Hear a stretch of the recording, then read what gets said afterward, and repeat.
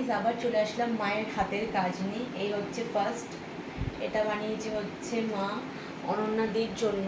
এই দেখো একদম ক্লোজ দেখাচ্ছি, ভালো করে দেখাবে, আগের দিন তুমি হেজি ধরেছো। এ দেখো, আর এখান দিয়ে দেখো চার্ম ঝুলছে, ফুলেরই চার্ম, এখানে একটা ফুল আর এখান দিয়ে একটা ফুল। কি যে সুন্দর আমার মার হাতের কাজ, জাস্ট দারুণ। আর এই দোকানে আরও দুটো দিদি আছে, তাদের জন্য আজকে বানিয়েছে। তো এই দেখো, এই দেখো, এই একটা বানিয়েছে আর একটা এই যে এরকম বানিয়েছে। এই দেখো